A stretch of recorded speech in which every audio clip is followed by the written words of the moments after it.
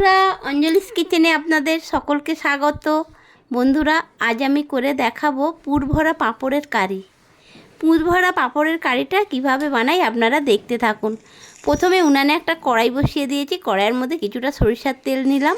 তার মধ্যে এইবারে সয়াবিনের কিমাগুলো ভেজে নিচ্ছি, মানে সয়াবিনগুলোকে ছোট ছোট করে কেটে নিয়েছি। এটাই হলো সয়াবিনের কিমা। ভাজা হয়ে গেল আমার সয়াবিনের কিমাটা, একটা পাত্রে তুলে রাখলাম বন্ধুরা। তারপরে হ্যাঁ বন্ধুরা, এর মধ্যে আরও একটু তেল দিয়ে কড়াইয়ে ফোড়ন দিয়ে আর ওই যে পেঁয়াজ কুচানো আর টমেটো কুচানো দিয়ে কষিয়েছিলাম। ওইটা দেখাতে পারিনি বন্ধুরা, আমাকে ক্ষমা করবেন। এরপরে ওই কষানো মশলার মধ্যে আমি ওই সয়াবিনের কিমা ভাজাটা ঢেলে দিয়েছিলাম, দিয়ে এবার ভালো করে কষিয়ে নিচ্ছি বন্ধুরা। এরপরে দিয়ে দিচ্ছি কিছুটা মেখে রাখা আলু, কেননা বেশ একটু টাইট মতো হবে, পুর তৈরি হচ্ছে তো, যার জন্য একটু আলু মাখা দিয়ে দিলাম ওই কষা সয়াবিনের মধ্যে। তারপরে এবারে খুন্তি দিয়ে ভালো করে আমি এই আলুটাকেও আর কি কষিয়ে নিচ্ছি বন্ধুরা। ভালো করে ওই সয়াবিনের সাথে কষিয়ে নিলাম। সব শেষে এইবারে দিয়ে দিচ্ছি কিছুটা গরম মশলার গুঁড়ো। গরম মশলার গুঁড়ো দিয়ে বন্ধুরা ভালো করে মাখাঝাকা করে নিলাম। আমার পুরটা রেডি হয়ে গেছে। এবার এই পাঁপড়গুলোকে আমি গোটা গোটা পাঁপড়গুলোকে জলে ভিজিয়ে নিচ্ছি বন্ধুরা। এটা মাঝারি পাঁপড়, খুব বড়ও না আর একেবারে ছোট সাইজটাও না। আমার মোটামুটি ভিজানো হয়ে গেছে। এবারে ওই যে পাঁপড়টা, ভিজানো পাঁপড়টা নিয়ে ওর মধ্যে যে পুরটা বানিয়ে রেখেছিলাম ওই পুরটা দিয়ে বন্ধুরা আমি চারপাশটা এইভাবে মুড়িয়ে একটা খামের মতো করে দিলাম বন্ধুরা। দেখুন বন্ধুরা, এইভাবে করে দিয়েছি।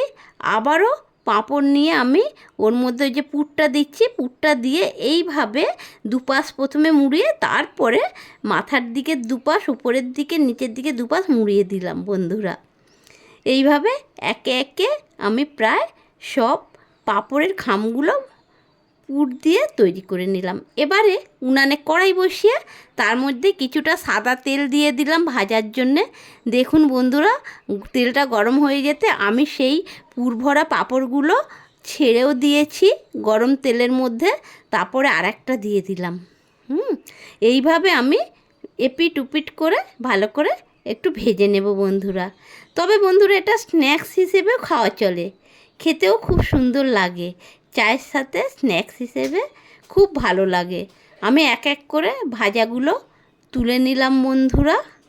আবারও যে কটা পুর ভরা পাঁপড় করে রেখেছিলাম সেইগুলো বাকিটা আমি তেলের মধ্যে দিয়ে ভেজে নিচ্ছি বন্ধুরা। এইভাবে আমি এক পিঠ হয়ে গেছে, আর এক পিঠ উল্টিয়ে দিয়ে এইভাবে মুচমুচে করে ভেজে নিচ্ছি বন্ধুরা। আমার ভাজা হয়ে গেছে প্রায়। এইবারে আমি সবগুলো তুলে নিয়ে আবারও উনানে কড়াই বসিয়ে কিছুটা সরিষার তেল দিলাম। তেল দিয়ে এবারে এর মধ্যে কিছুটা গোটা জিরা ফোড়ন দিলাম। গোটা জিরা ফোড়ন দিয়ে তারপরে পেঁয়াজ কুচানো দিয়ে দিলাম। পেঁয়াজ কুচানো দিয়ে বন্ধুরা ভালো করে একটু নাড়াচাড়া করে দিলাম। তারপরে দিলাম টমেটো কুচানো। টমেটো কুচানো দিয়ে এইবারে খুন্তি দিয়ে ভালো করে একটু ভাজা ভাজা করে নিচ্ছি বন্ধুরা। প্রায় আমার ভাজা হয়ে যাচ্ছে। এইবারে আমি এর মধ্যে দিয়ে দিলাম অল্প করে লবণ। লবণটা অল্পই দিলাম, কেননা এর মধ্যে আমি আগে লবণ দিয়েছিলাম, পুরটা বানিয়েছিলাম। তারপরে দিয়ে দিলাম হলুদ গুঁড়ো আর আদা রসুন বাটা। আদা রসুন বাটা দিয়ে ভালো করে কষিয়ে নিচ্ছি বন্ধুরা।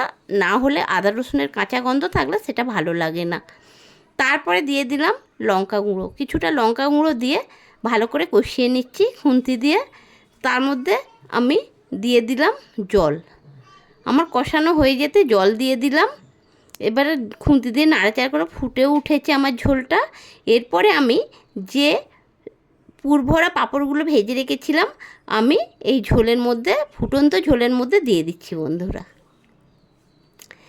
এবারে এটাকে এপিট ওপিট করে খুন্তি দিয়ে ভালো করে এই ঝোলের মধ্যে ডুবিয়ে দেব, যাতে করে একটু নরম হয়ে যাবে আর দেখতেও খুব সুন্দর হয় বন্ধুরা। দেখতে যেমন সুন্দর হয় বন্ধুরা, খেতেও সুন্দর হয়।